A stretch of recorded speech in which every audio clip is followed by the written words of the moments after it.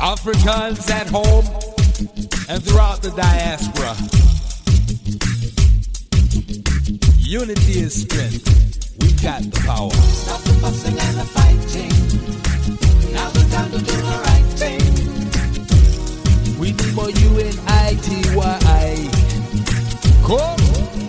Stop the fussing and the fighting. Yeah. Now's the time to do the right thing. In the spirit of Umoja, embrace with love. Let's do it right now.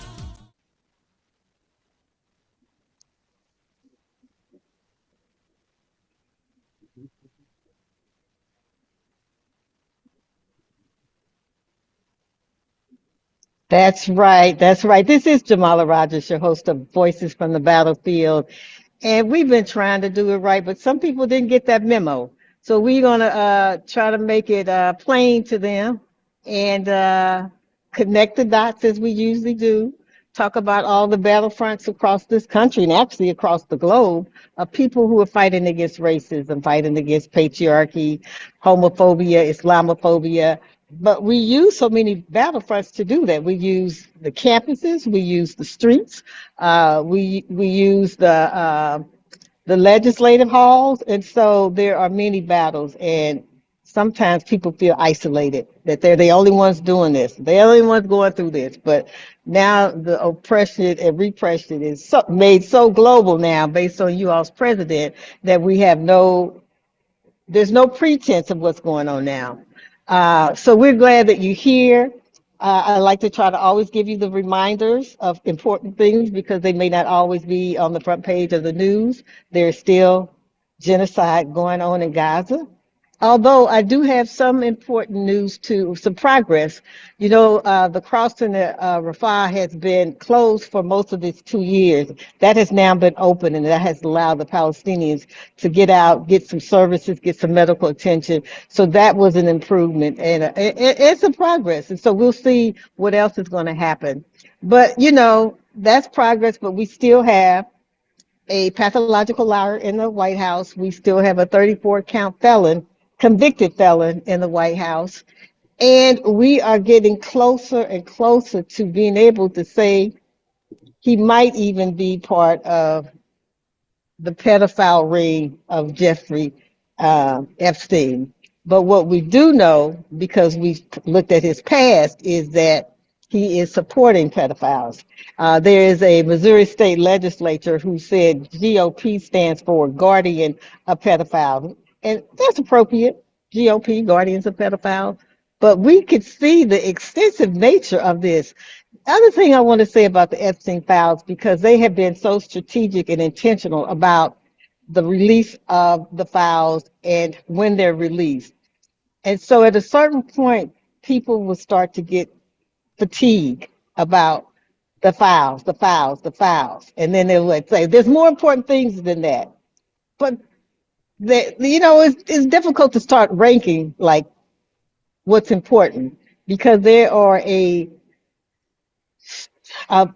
bunch of women who've been victimized who still have not gotten their justice, and any of us who've been doing the work around rape and sexual assault knows that this is not finished. And so the fact that they say, okay, y'all want them, y'all passed the little act, y'all want all these files, we're going to give them to you. And so they gave them to us sometimes with unredacted information and photos of some of the victims, which is re-traumatizing them.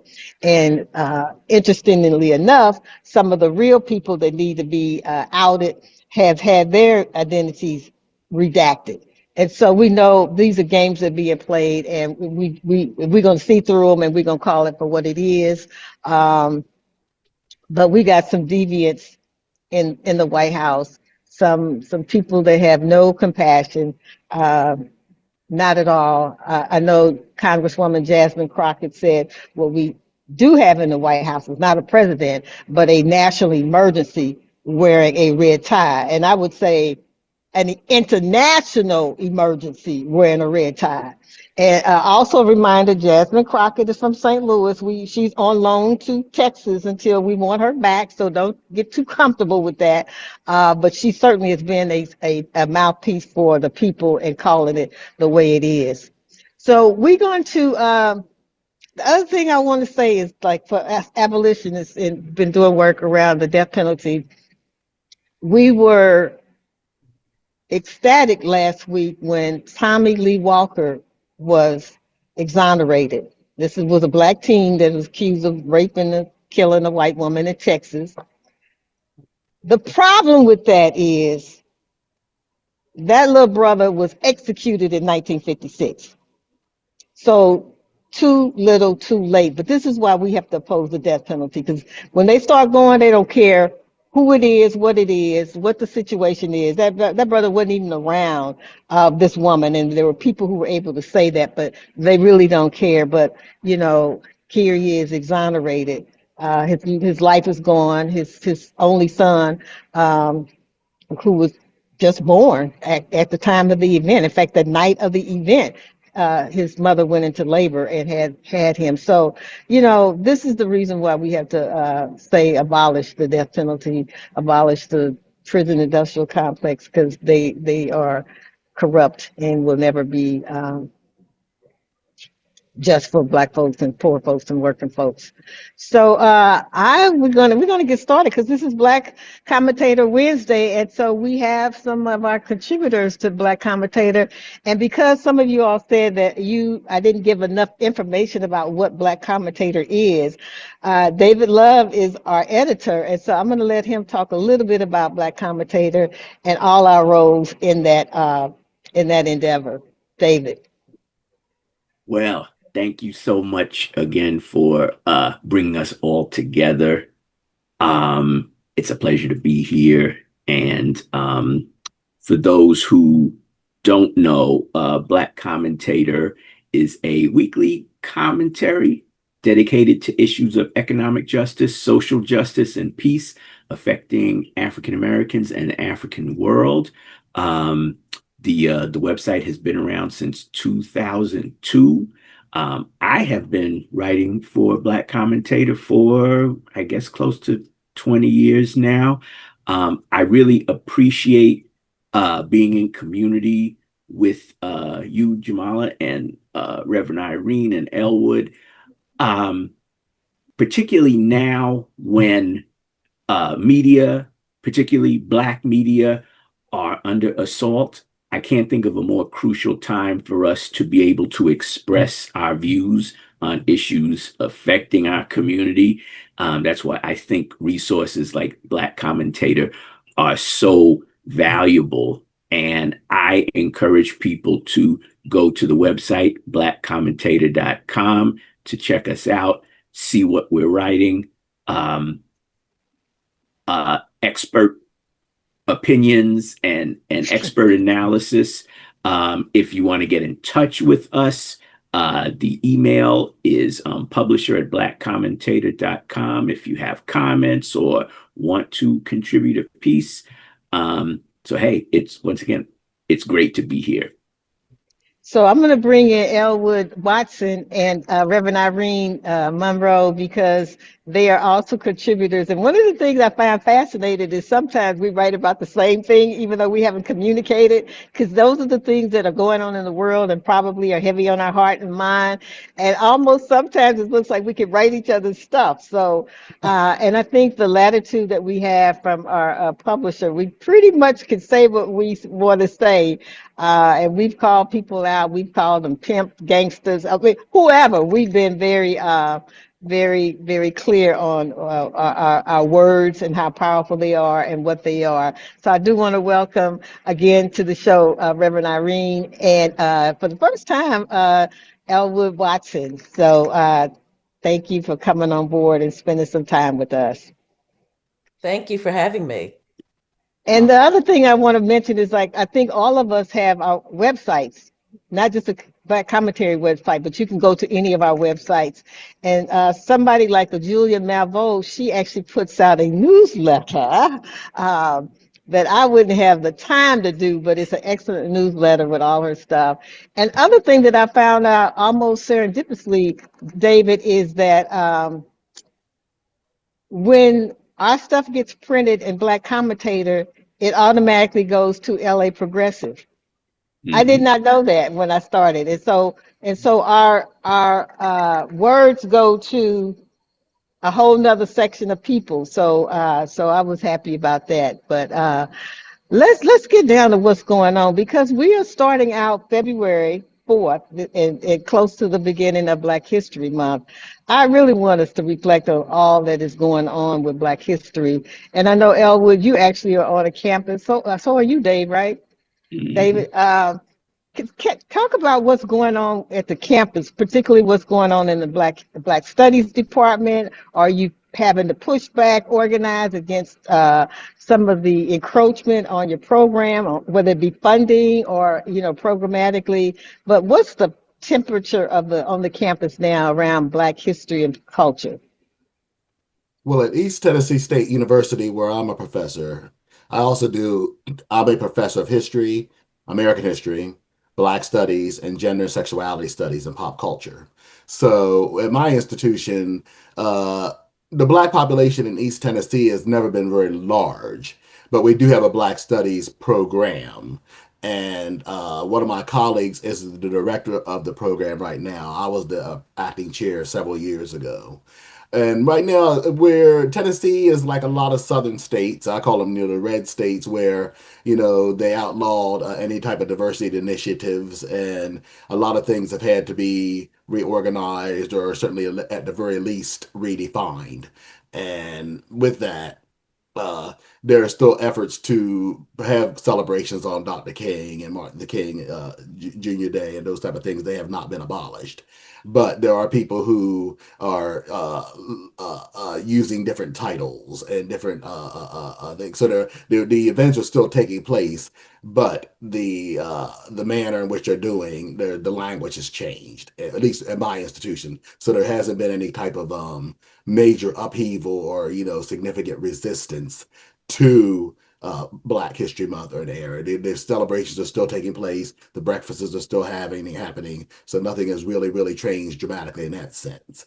But I can imagine in more places, more locations where the populations of blacks are larger, and where race relations have always been somewhat fragmented. It's probably much more of an issue. But that's pretty much what's going on with my situation at East Tennessee State University. I guess I'm a little bit surprised, seeing as I consider that the South, that you all would have gotten a little bit more uh, backlash. But yeah, so David, what's going on your campus? Can I say something quicker for that? We Oh are the yeah, South. sure. We're the South, but it's Appalachia. Where I live, Memphis is the South. Okay, where I live is Appalachia. I mean, that's Northeast Tennessee. You've got to realize Northeast Tennessee was actually Union with the Union during the Civil War. The part of Tennessee I live in, it's always had a populist streak. So, it's Bernie Sanders won here in 2016. So what I'm saying is, yeah, it's conservative, Mhm. but it's not that traditional deep South conservatism. So to let you know that would be that's pretty much always been the hallmark of this area. That's why it was called the volunteer state during that time, because Upper East Tennessee was Union during the Civil War and had strong Union sentiment, as well. Oh, thank you for that Black history. See, we teach Black history. Yes, there you go, right there. We got a history lesson. Thank you for that, Professor. Oh, no problem. My pleasure. Okay, David, what's going on your campus? And the whole notion of DEI is, pretty much dead. What about where you are? Well, so I'm at Rutgers, and Rutgers is in New Jersey. So, one could say that, we are in somewhat safer territory. However, at the same time, we are not immune to what's going on in the greater society. I'm in the journalism and media studies department, and I tend to teach a lot of courses on issues of race, gender, sexuality, um, and also ethics. And, there's no sense that any of that is under threat, which is good because then I wouldn't have anything to teach. But at the same time, the administration is eliminating DEI. Also, we have a black president. But in any case, that's interesting. But in any case, Yeah, yeah. uh, uh, you know, we have to ask ourselves, I think, and I'm asking myself, how do we navigate this terrain and maintain our principles and our integrity? I understand, and I see what's going on in campuses across the country. And, ultimately, I feel that these institutions who are capitulating to white supremacists and fascists, what they're going to learn eventually is that there is nothing you can do to satisfy them, because they will not be satisfied until all of us are gone. So I'm trying to look in terms of, and when I say gone, I mean really gone, physically gone. Yeah. Um, you know, uh, uh, uh, One of my colleagues, Mark Bray, professor in the history department, he received death threats because Turning Point USA placed his name on a hit list of professors who were Antifa and therefore terrorists, because Trump says that, Antifa, people who study anti-fascism are terrorists. So he had to flee the country, and he is now in Spain with his family. Wow. Teaching courses online because he didn't want to get killed. And I think that really pinpoints, the problems that we're facing now in terms of academic freedom. And I'm trying to look in terms of getting beyond all of this. I think it's going to be a long struggle, but I will say that I'm vigilant and I'm not backing down, and I'm not stopping what I'm doing or changing the way I teach. I don't mince words. And I think now is the time where we have to show people what we're all about. Yeah. And Reverend Irene, I know that you aren't necessarily on the campus as a professor, but you certainly get invited to speak as I do. And I'm wondering, in these last couple of years, has that changed? Has the invitations to come on campus changed? Because a lot of times we don't know the dynamics around there. Like somebody's debating whether or not to invite a Jamala Rogers to their campus. We may not hear about that, but you may not get invited, That's but you didn't know that. And so has anything changed for you, or have you gotten any backlash, particularly based on, the gender vendor stuff? I mean, these folks are going after anybody and everybody for all kinds of frivolous reasons. And so I know there's been some concern about, safety of folks like us, who go onto these campuses, and speaking truth to power. What's been your experience? Well, first of all, I'm glad to say that I'm a retired professor. Okay, no longer teaching at Harvard, which I call, in High Cotton, the big plantation here, because I do feel like if I were there today, that they certainly would have shown me the exit door here. I'm still getting speaking engagements, to my surprise. And, one of the things I think about that, particularly in a time of, erasure that we're seeing. But I think a lot of folks understand this, that first, as Black people, we don't need the president to give us the okay to celebrate us and our accomplishments and to share it with other people, because we've been doing it for 100 years. This month marks the 100th anniversary of Black History Month.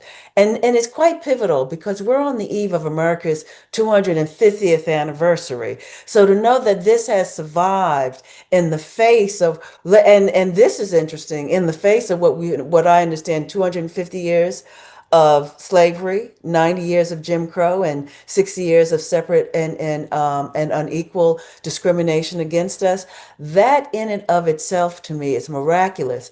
I love the fact that we are celebrating Black History Month, and I'm elated that I'm going to universities, and I have even said this here to folks here that don't call me on Black History Month because it's High Black Employment Month for the Rev. But but but given the country's revisionist history, Black history is challenging selective memory and the deliberate attempt to erase us. I mean, just this year, there'll be no Black History Month program scheduled at Trump's, I need to say, Kennedy Center. But this didn't just happen. I mean, I remember in 2025, part of Trump's renewal campaign to dismantle DEI, what he did was that he made sure that you remove any all websites, if you remember, honoring Jackie Robinson's service, if I, in the Army. And I was glad that that was a public outcry. And then, the governor of Florida, DeSantis, in 2023, he started banning books, including the illustrious works of Harvard professor and PBS host of Finding Your Roots, Henry Louis Gates. So, I'm glad that I'm invited. But I'm also glad that, there are folks who understand that Black History Month is American history. It wouldn't be where it is, okay, were it not for the history. And I appreciate our tenacity, 100 years of it. Thank God for Dr. Carter Woodson, who give us this history, because we understand this, that we have to write ourselves into history. That's important here.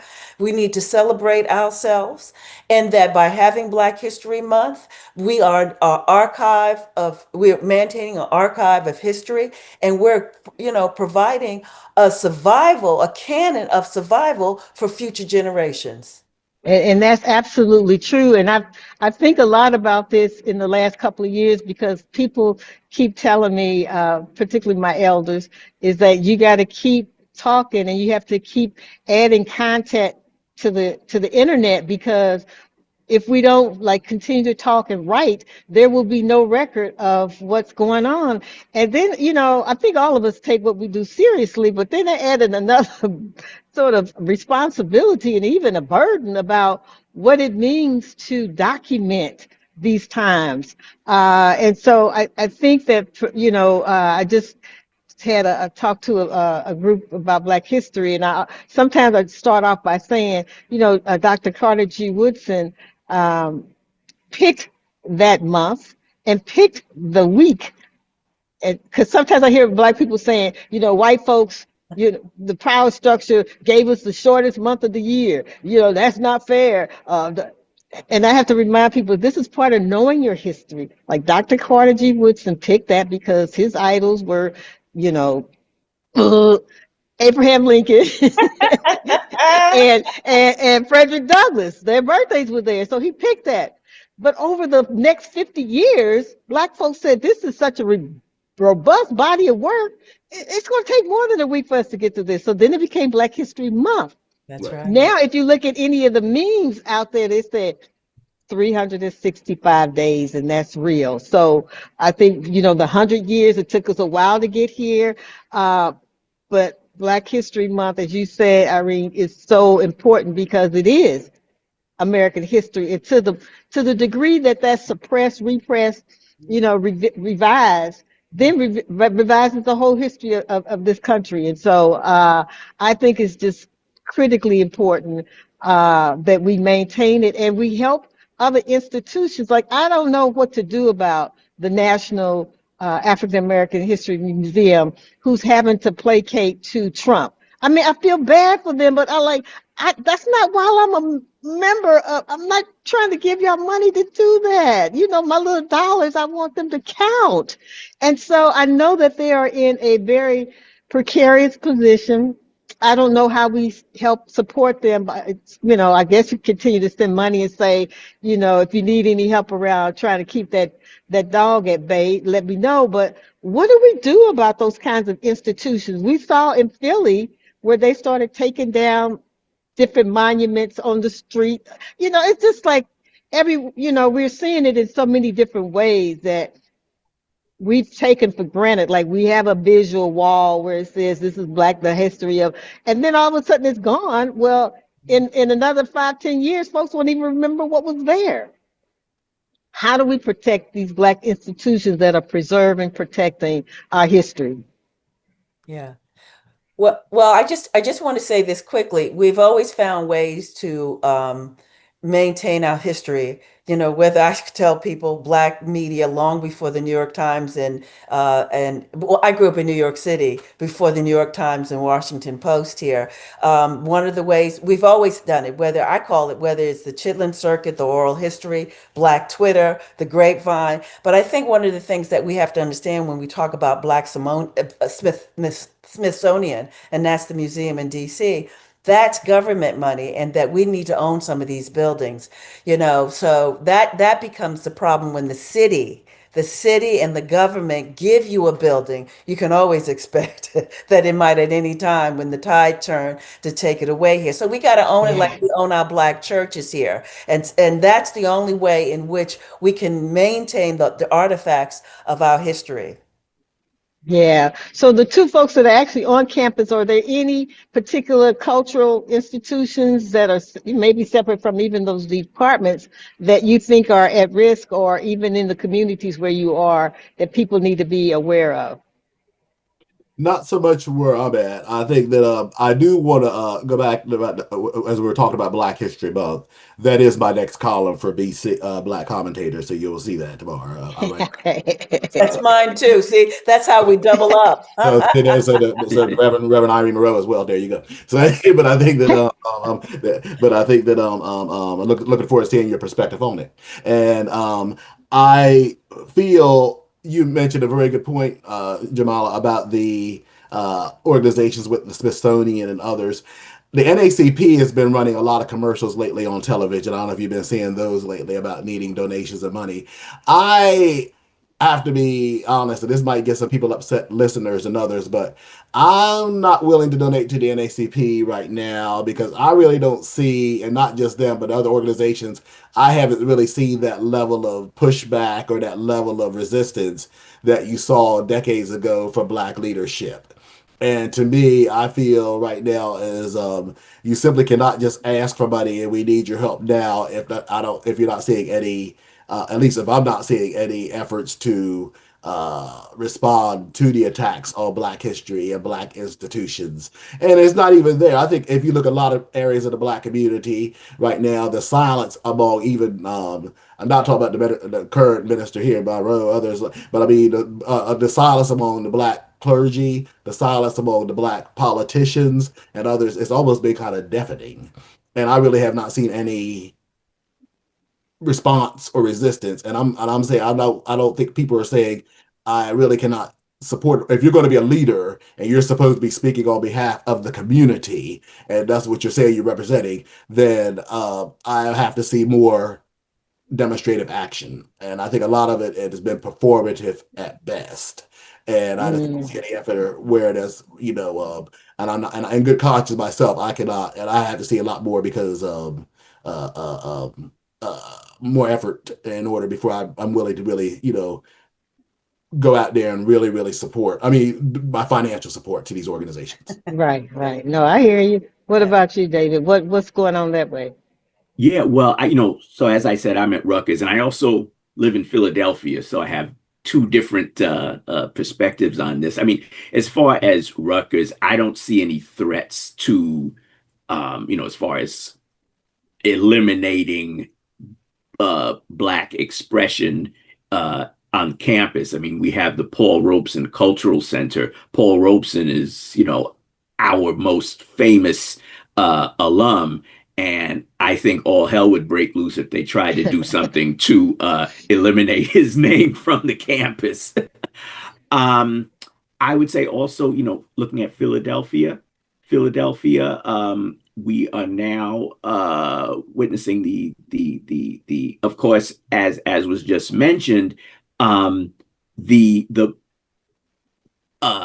monuments to Black folks being removed from the National Park Service structure, the original White House, the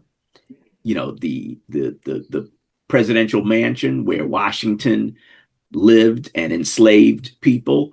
Um, we also have to realize that this is the 50th anniversary of the African American Museum of Philadelphia, and I think that institutions like that have to be maintained and supported. I think it's crucial.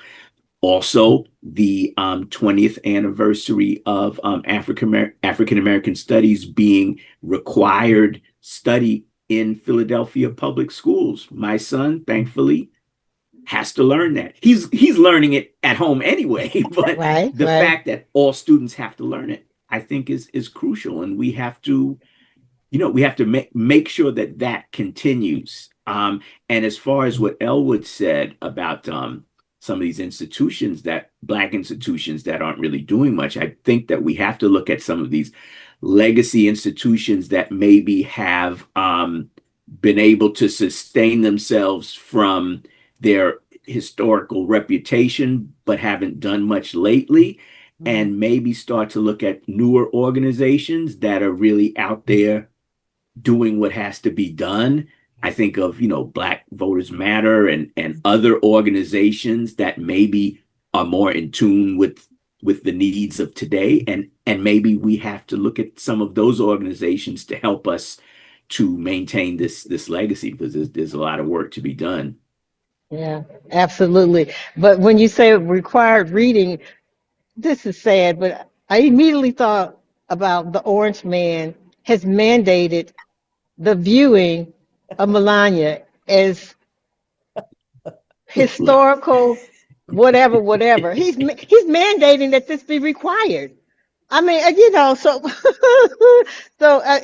it's such a sad commentary of where we are in this country. But I think to you all's point, it means even more work for us to do, because if he's going to be pushing that garbage, then what is that not going to have us pushing forward? And so I think we just have to be more resolute in our determination that, we here, we're going to stay, you're going to respect us, you're going to respect our legacy, you're going to respect our history, and you're not going to wash it like you've been doing Dr. King's. So I look forward to reading you all's two pieces on, I think me and somebody else here did something on King last time, but we've been managing every year to like reclaim his legacy, whether it be on the King birthday or closer to his assassination I did King anniversary. last But month. I did a King, that was a piece on King I did last month. So yeah. okay, yeah, definitely. So, and Elwood, you talked about these institutions, but I really want us to talk about the Democratic Party. Sure. Like these folks, some of where we are now, they have to take some responsibility for, and some of these elected officials, in terms of, first of all, not even understanding the gravity of a Trump ascendancy to the throne. And so, there's such a disgust with them right now by even the folks who have to vote for them, because we're only a two-party system, basically a two-party system. It's Tweedledee, Tweedledum. But I think people get tired of that, and sometimes we're voting with our feet by not going to the polls. But I want to play something from a podcaster last week that I think may speak to some of the concern that we have for what's going on now with the Democrats. So hold on here. I'm gonna see if I can get it up. Okay.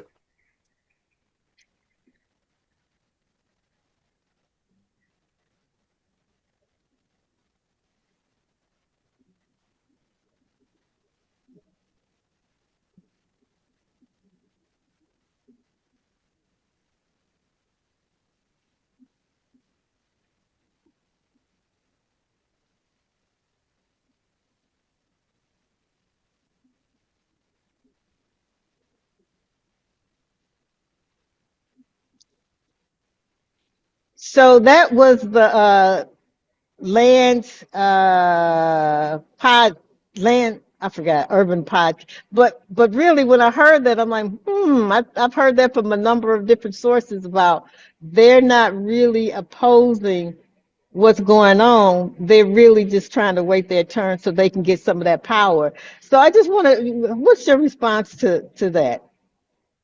Was that for me? I would say, yeah, I think that to me, one of the reasons I'm a registered independent is that because I don't have much, I have problems with both the Democratic and the Republican Party. I think both parties, to me, at the end of the day, outside of maybe a few issues like abortion, reproductive rights, there's not really that much difference in either one. I mean, both are in the pockets of Wall Street, both are in the pockets of corporate America, and APAC?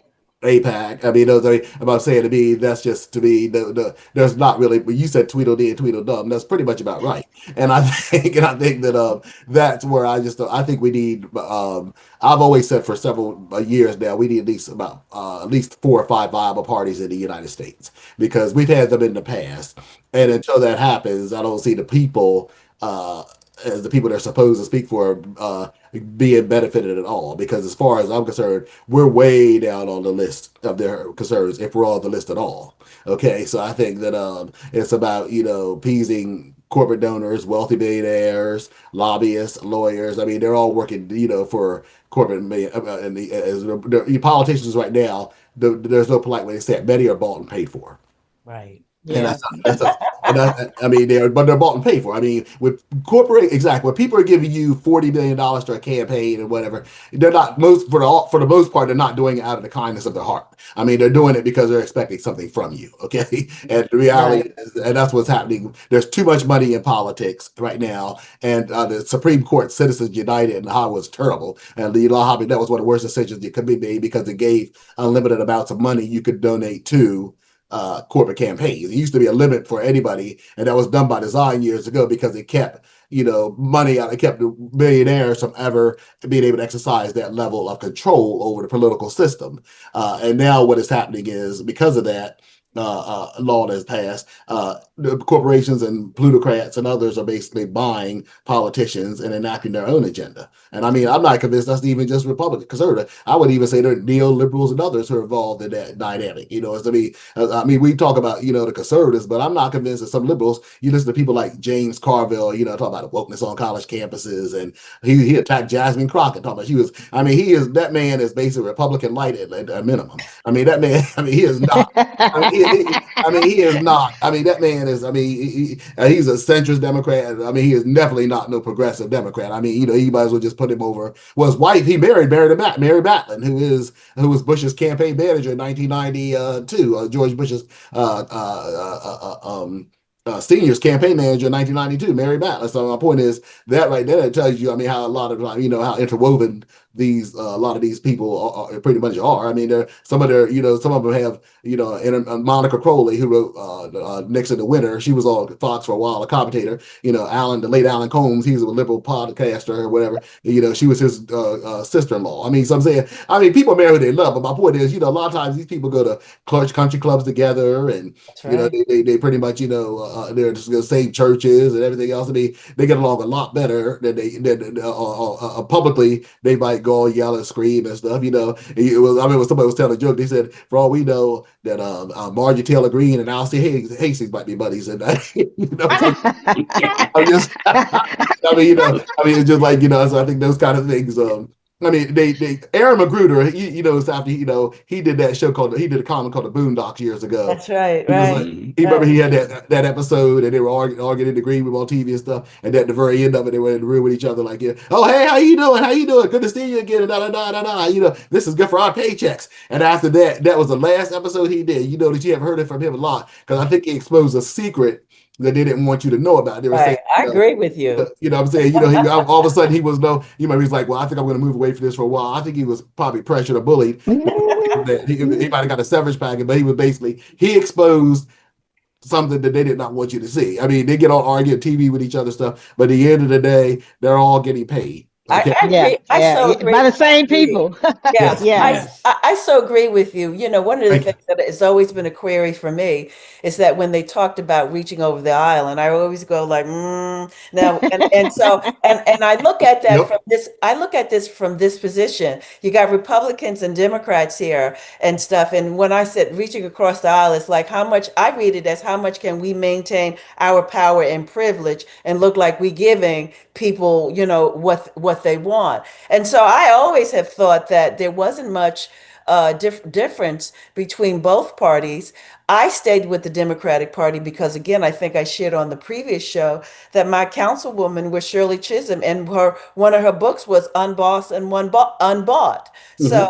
So you can understand why she only could excel, but so far, you know, within any machine here. But I do think that they're in cahoots with each other. But I do need to say this, that the Republican Party, I need to say the Democratic Party has no game. That's number one. And what we don't look at is that Republican Party, and it was before, you know, Proposition 2025, have a long game because we have really seen the diminishment of civil rights, you know, really since Ronald Reagan here. I mean, when you look at affirmative action, we got affirmative action in 1965, but effectively lands in 2023, right? You would agree with me Right. with that. Then we get DEI. I mean, we would say effectively it hits the public around 2020, but we can definitely say 2025 is gone, is way gone, right? Hmm. And so when I think about this, is that this is nothing new. When I look at Reconstruction era, right,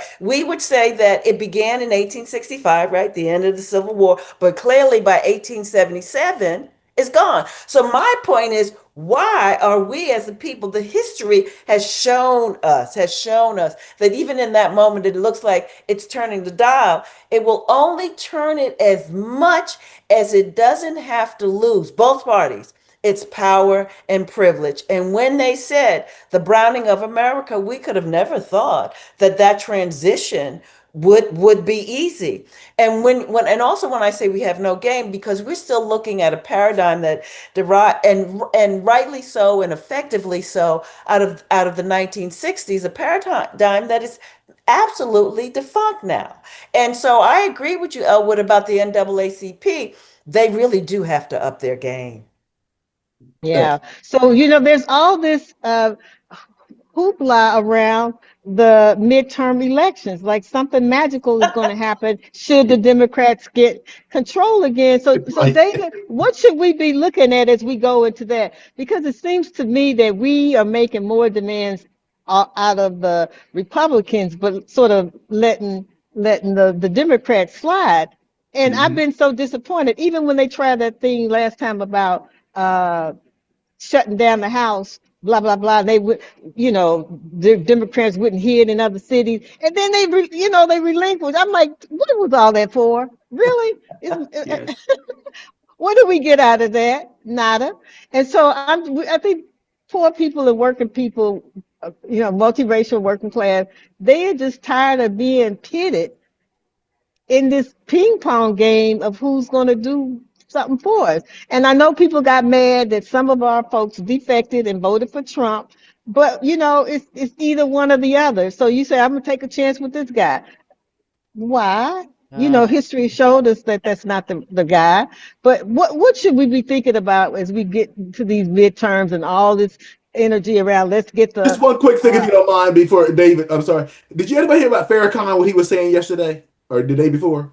No, what? no. Yeah, I think it's on YouTube, whatever. He's talking about he was actually supporting. He thought Trump was good for black folks. I mean, you all have to go see it for yourself. But I was like, and I've always been leery of Louis Farrakhan anyway. But I'm just saying, I've never been a big fan. But sorry, David, go ahead. But Oh, Yeah. that's just okay. that No, out. no, that was worth hearing. Yeah. Yeah, I agree with everything everybody has said about this issue. I mean, I'll start off by saying that I think we have to tell the Democrats either you're going to change or we are going to replace you.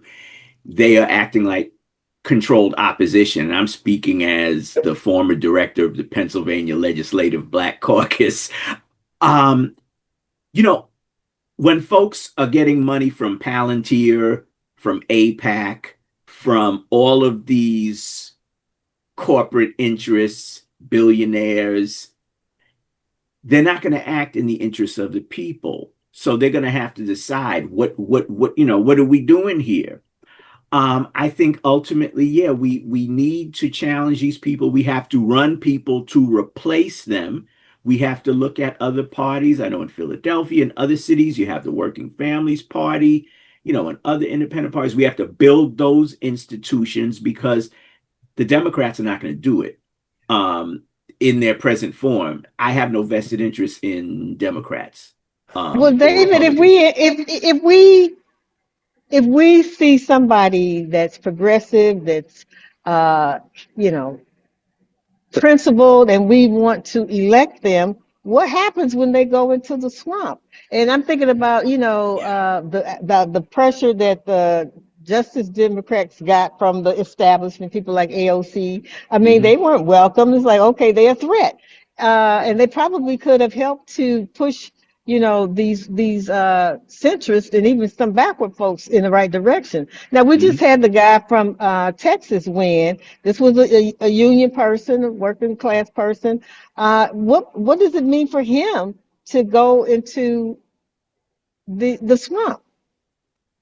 Well, ultimately, the swamp has to be drained. But I mean, in reality, not all that stuff that Trump was talking about. We have to get money out of politics. Yes. Simple as that. We have to get money out of politics. We have an oligarchy, we have a kleptocracy, Yes. a handful of billionaires, Hmm. one of them soon to be trillionaire. They're controlling all the cards. And until we change that, I don't see And how how. how do we change it, David? Because I'm thinking there have been times when somebody ran who had hardly any money, but they had a good organization, they had a good platform, and they won. And so I always use those examples, like it's not always all about the money. You have to have a decent platform that resonates with people. And Mhm. but that doesn't seem to be enough because I mean, you get these record breaking uh, races where like tens of millions of dollars are being spent. Who can compete with that? Mhm.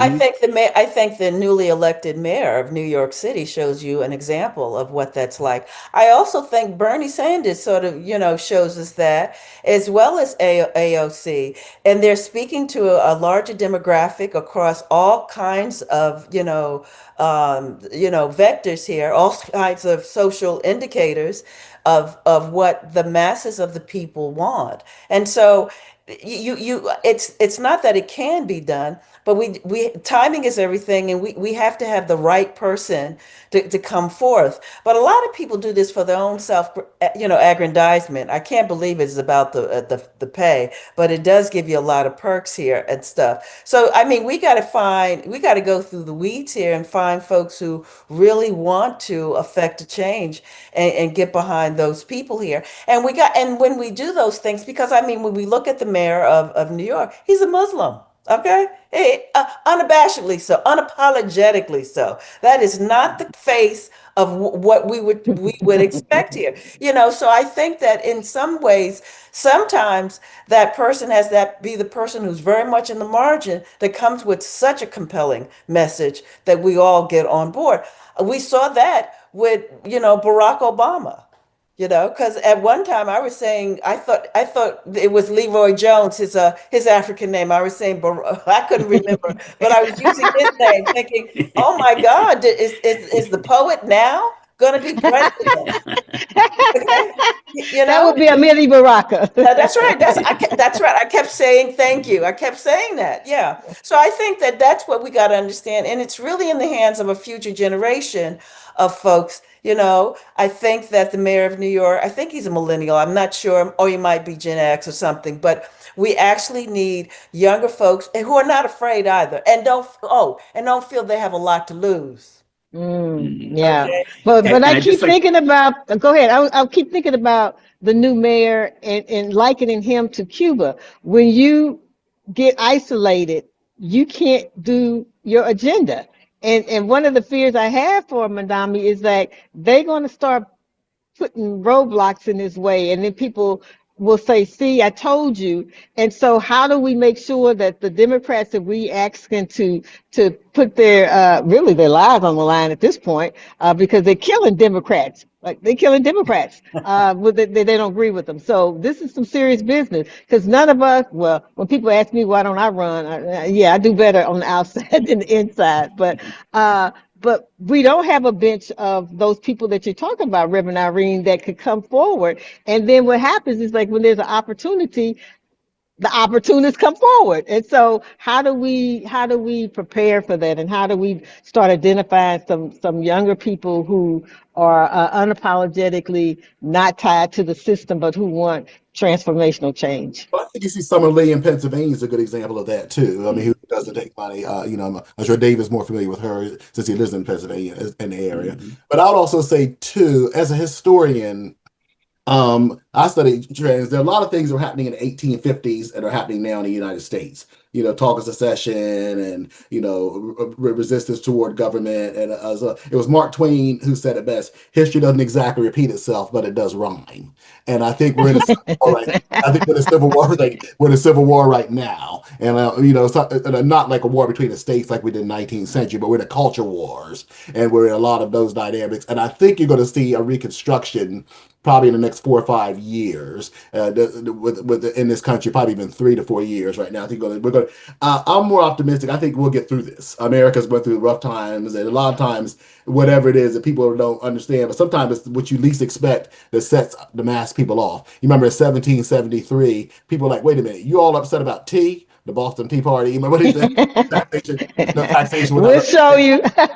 no taxation without representation, and you live in Massachusetts, Dr. Irene, so you don't talk about. But it was, That's right. That's right. but it was saying, no taxation without representation, and I mean that led to the American Revolution, and so I think there's always something that people least expect. And I think you're beginning to see that now with some Republicans who are beginning to affect. And people are hostile toward Marjorie Taylor Greene. I mean, she wasn't my ideal person, but I think she genuinely was sincere about the Epstein files, and I think she was genuinely sincere about not getting involved in a lot of international. I think her constituents, not getting involved in a lot of international conflicts. And there are a lot of conservatives who are like that, and there are Democrats and Republicans saying, "Look, stop funding these international wars. We need money back here in the United States. The unnecessary wars that are basically just helping contractors and lining people's pockets here in the United States, and losing American young men are losing lives, the people." At the expense of, because somebody, wants to line their pockets, Democrats and Republicans, the military industrial complex. We got politicians in both parties who are making hundreds of millions of dollars off that. They told the Pentagon several years ago, the Pentagon said, "We don't need any more weapons." They said, "Well, you're getting them anyway." I mean, to me, that just goes to show you. And they're on our streets now. There Okay, you Right. go. the Yes. surplus of that 1033. is on our Mm-hmm. streets, and Right. we saw that with Michael Brown, and Yes. Right. and they just continue to get worse and worse to the point here. You do wonder when you look at ICE. You say, "Oh my God!" I mean, who is he? You have to protect yourself from them.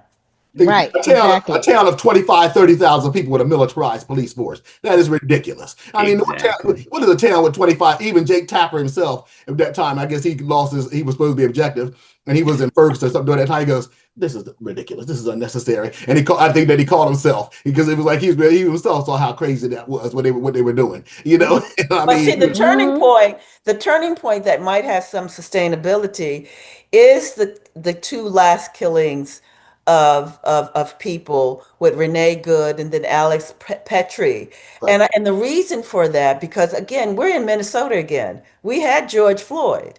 And we were asking at that time for the anti-lynching bill. We were hoping that when oh gosh, I can't think of his name here, but good trouble, Senator Lewis. John. John Okay, Lewis. John Lewis. Okay, we were hoping that before he died, he would see the passing of that bill. We still, George Floyd died. We still didn't give it.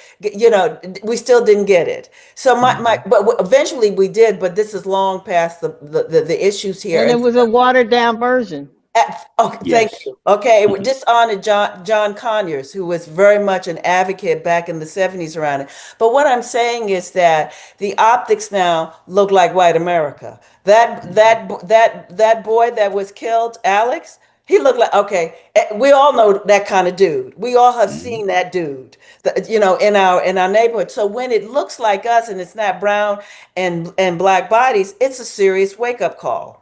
Well, I said, Yeah. but the Trump administration, their agenda to me, as far as I see it, it doesn't matter if you're what color, even if you're white, if you're black, white, if either you could be a heterosexual white male. If you're not on board with their agenda, you are the enemy. Okay, they don't care Yes. who you are. Alex Presley is a good example. They are people. I said it's not just about people of color; it's about white people. You know, whether Renee Good, whatever. If you're not on board Mhm. with them, you could be a heterosexual white person as well. You are the enemy. They want you, either you're with us or you're not. They don't care. You know, it's about their nationalist authoritarian agenda. And that means if Mhm. you're white and you're not with us, you're the enemy. They don't care who you are. Yeah. That's Yeah. anybody. And That's and that's been a wake up call for white America. Because it's like, Yes. whoa, whoa, what happened? What just happened here? Two white people got killed? Yeah. That's right. brutally And Yeah. I think killed. I what mean, people are learning now is that white supremacy will kill white folks.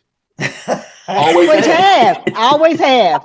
All In right. Yes. fact, sometimes the venom is worse toward white people because they see them as being traitors, That's right. Exactly. Turncoats. That's right. race Yes. traitors, Race race trader. There you traitors. go. Right. That's Yeah, right. exactly. And I mean, And, exactly.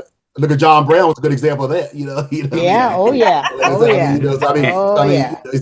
yeah, I mean, but I think a lot of people don't seem to understand. I'm saying that is the case. Now, it's not, they're after, I mean, if you're white and you're not on their side, they don't care. You're still the enemy. I mean, that's, I mean, But not, my concern, though, is this, though. While we're asking what do we do next, we got to get these white folks invested in it. First of all, I'm a little leery. Will we have a midterm election? Because I'm assuming he will find a way to not have that. But the point about it is that the same constituent in the face of Trump 1.0 were the same constituents, for Trump 2.0. And I need to say this about white women. But white people in general, they will vote against their interests. But I thought particularly white women, it would be a somewhat turn, given that we have there have been look, Roe v. Wade. Okay, Roe v. Wade here. So that is the stuff that gets me. That once you can get that mindset change, there really won't be any change. well, what is happening Right. is too. Well, I'm sorry. What is happening? I think that this election, this past election in last November, Abigail Spanberger won by 15% in Virginia, Mhm. and Mickey Sherrill. You remember that was supposed to be a close race in New Jersey. She won by 15 points. Okay, that is not close. Okay, just here in Texas recently, the guy won in a district that Trump won by 20 some points. Won by 15, 16 points again there. So my point is, I'm saying a lot of women are realizing now, they realize a lot of these white men are saying, they're coming out saying women need to be trad wives. Women don't need to vote. Coming out and literally saying it publicly. Years ago they would have kept that quiet, but like saying women don't need to vote. I don't think my wife should have a right to vote. Saying their own wives should have a right to vote. Now they're coming out saying that. I mean, they're coming out saying that literally. So I mean, these are supposed to be Christian pastors and things like that as well. So my point is that is showing you a lot of women are saying, whoa, whoa, whoa. I think they realize, look, they want you back in the as far as I'm concerned, they have that 19th century Barefoot and pregnant. barefoot and pregnant, exactly. Barefoot and pregnant, and have my meals ready when I get home, and my slippers, my martini, and my martini. That's what a lot of those men. That's the mindset they're in. Okay, Father knows best in Donna Reed shows. there you go. There you Yeah. there you go. go. Yeah. Yeah. And I So think as don't go ahead. Go ahead, I'm sorry. Dave. I think as daunting as things appear, I think there's also a lot of encouragement because it seems that some people at least are waking up. Okay. And I think the important thing is to somehow take that and translate it into action. Because I think people are not going to go for the okey doke once again. Mhm. We're not going to get out of our problems. We're not going to solve this by giving ICE body cams. I No, think not at we all. have to we have to look for political leaders who will demand a restructuring of this country, economy and government. And I hope this isn't the case, but it might take an economic collapse for people to finally wake up and say, hey, look, we ain't going through this again. So my concern always is like what happens when people are ready, and I'm talking about the multiracial working class. Like, we have not done the kind of organizing and education that we need to have done to be ready for any of these catastrophes, whether they be a culture war, an economic collapse, the austerity that comes with that, or a military war that completely like folks communities are occupied. And so I think we got a lot to do on our end. They're doing they do. I mean, those folks got their plan and they go on with it. So again, I wanted to thank all of y'all. This has been Black Commentary Wednesday, the Roundtable, and we have had a hell of a discussion, but we didn't even get to all of our topics. So that's how serious this stuff is. And but we're gonna do okay. It's Black History Month. I wanted to remind you all that there is a lot going on. Just go to my website and see some of the things that are going on with Black History Month. But this is the month that we need to know about ourselves, to protect ourselves, and connect with ourselves, because if we don't do it, nobody else will. This is Jamala Rogers, your host of Voices from the Battlefield, and I will see you on the battlefield. Thank you for listening. Amen. Amen. Have a good day, everyone. Okay, thank you. Thank you all. Oh, and folks, happy Black History Month. Likewise. Take care.